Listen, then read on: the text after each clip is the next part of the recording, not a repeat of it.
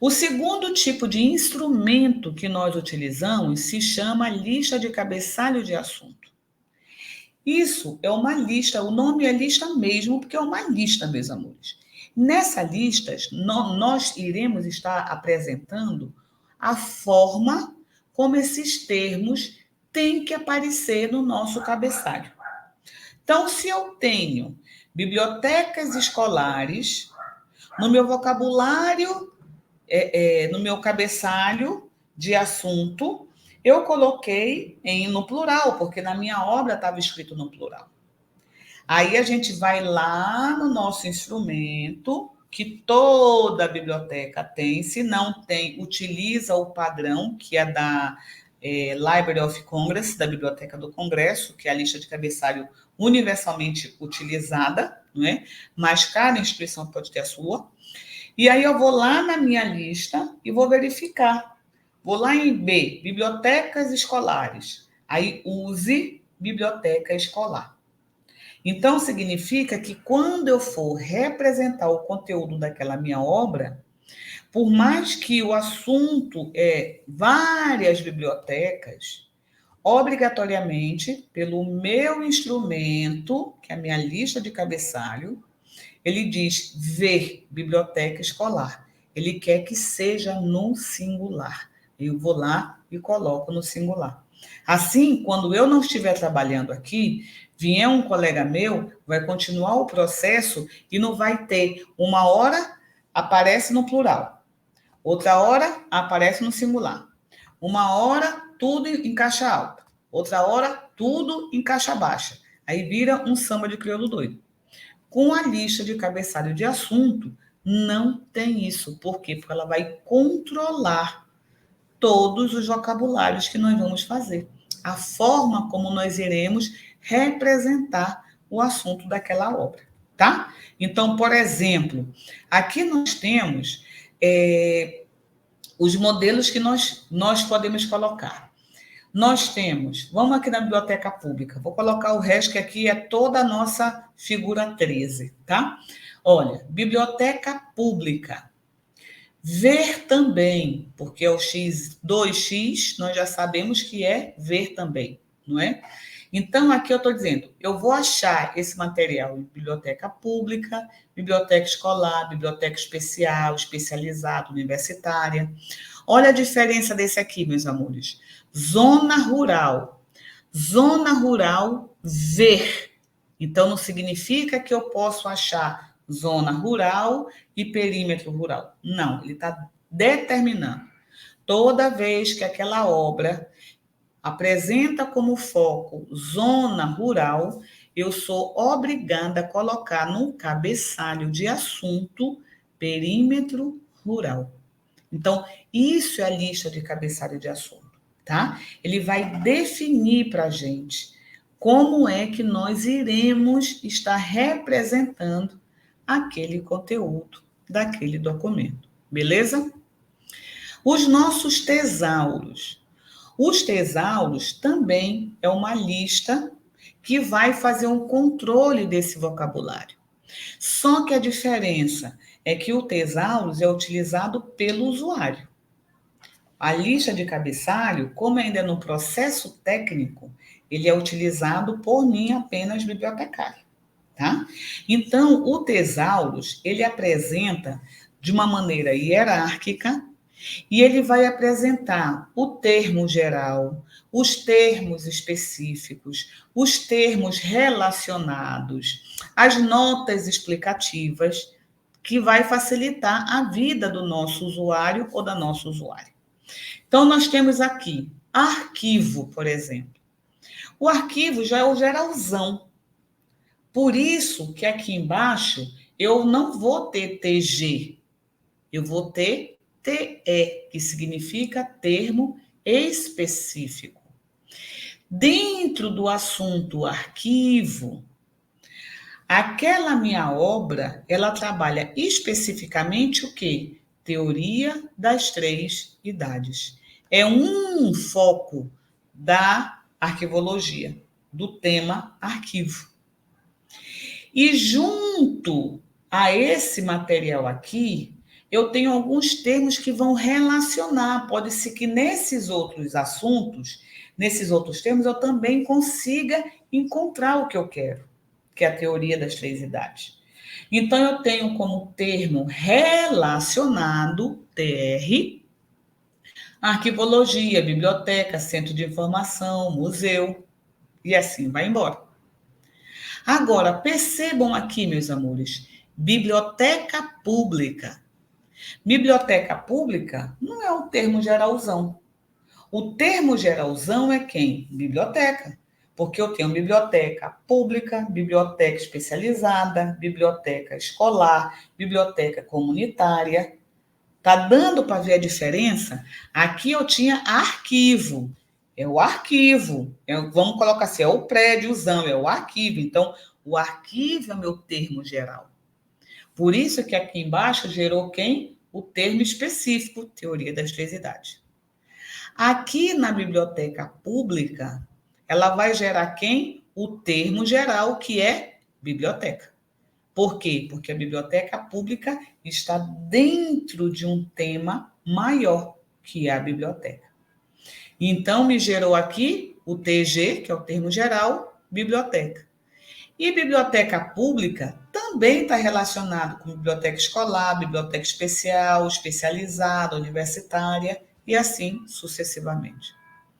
E nós podemos encontrar também as notas explicativas. O que são essas notas? São conceitos de algum termo. Eu já coloco para facilitar a vida do meu usuário. Então, por exemplo, comunicação. Aí eu boto NE, nota explicativa. É um campo do conhecimento. Inclui jornalismo, publicidade, propaganda, radialismo, relações públicas. Então, eu vou dar conceitos para que o meu usuário consiga identificar. Ah, tá, é esse assunto mesmo que eu quero. Eu fui para a comunicação, eu falei, ixi, não é isso que eu quero não, eu quero tradição oral. Aí eu já sei que não é sobre comunicação, porque de acordo com o conceito, não tem nada a ver com tradição oral. Tá sacando? Então, o Tesaurus é justamente para facilitar o nosso usuário no processo de identificação do que ele quer, tá? E quais são os produtos que a gente vai lançar para o nosso usuário? Então, nós temos os catálogos, nós temos os índices, nós temos os resumos. Os catálogos é o mais tradicional, né? É onde a gente apresenta as fichas, quando ainda é no processo tradicional. Eu também tenho os bancos de dados, quando já é meu catálogo automatizado, tá? Ele pode, o meu usuário, localizar a informação que ele quer a partir do autor, do título ou do assunto. E ele pode ser o tradicional, que na minha época de aluno era exatamente assim que a universidade, cadê o cursor? Assim que a universidade trabalhava, né? E também temos o nosso catálogo automatizado, que é justamente esses daqui, que eu tá aqui, achei o cursor, que é esse aqui, que você entra e você digita aqui, ó, meus amores. Você digita, você quer por assunto, por autor, tá? Por título, aí tu vem aqui pesquisar, aí ele mostra o que é que tu queres, e aí facilita muito mais a tua vida, evidentemente. Quando eu tenho no formato tradicional, minha ficha catalográfica, preciso só do ACR2. Quando nós temos o catálogo automatizado, nós precisamos o quê? Do MARC 21, do Pergamus, dos suportes que vão traduzir a nossa ficha para a linguagem de máquina, né? Os nossos índices. Os índices são justamente instrumentos que se encontram no próprio documento.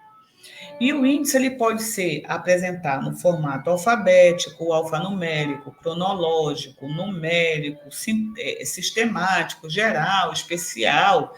Então, é como se aparecesse assim, na letra A. Eu tenho a palavra arquivo. Ela está na página 5, 8, 15, 20, 25 e 36. O termo arquivologia você já encontra na página 1, 2 e 3, por isso que ele botou 1-3. Eu posso encontrar na 8, na 22, na 35, tá? E aí a gente vai mostrando os termos e alguns outros para nos ajudar. Então, no arquivo, vê também biblioteca, vê também arquivo corrente na página 15 e 20, vê também arquivo intermediário na página 20 e 25 e assim sucessivamente, tá? E os nossos resumos, eles já ajudam melhor ainda o nosso usuário, né? Então, é um texto dissertativo, tem que ser coeso, tem que ser enxuto, tem que ser exato. E tem que ter início, meio e fim. E nós temos 3 tipos de resumo: o indicativo, informativo e o crítico. O indicativo é aquele que vai apenas apresentar os tópicos do que aquela obra trata, obrigando você a ler a obra. Geralmente, onde a gente coloca o resumo indicativo? Nos artigos científicos, nas comunicações científicas, nos serviços de alerta. E ele, obrigatoriamente, ele tem limite máximo de palavras. Então, o indicativo, geralmente, ele tem até 250 palavras. Aí a gente tem um exemplo aqui que eu trouxe para vocês olharem que da forma como ele coloca, obrigatoriamente vai exigir que você leia a obra. Então ele coloca assim: reúne brincadeiras e dinâmicas para grupos, objetivando fornecer subsídio às pessoas que trabalham com grupos e desejam desenvolver o aspecto lúdico em seus encontros. Propõe brincadeiras e competição de fácil execução. Mas ele não diz quais são as brincadeiras. Tá vendo? Aí eu tenho que ir até lá para ver quais são as brincadeiras. Então, é isso que o resumo indicativo faz. Ele só mostra os pontos principais da obra, mas tu tem que ler a obra. O informativo, ele já te ajuda melhor. Tu já consegue entender o que a obra possui. Já vai ter uma introdução, o objetivo, a metodologia, os resultados, uma conclusão. Então, tu não precisa ir até a obra para poder entender.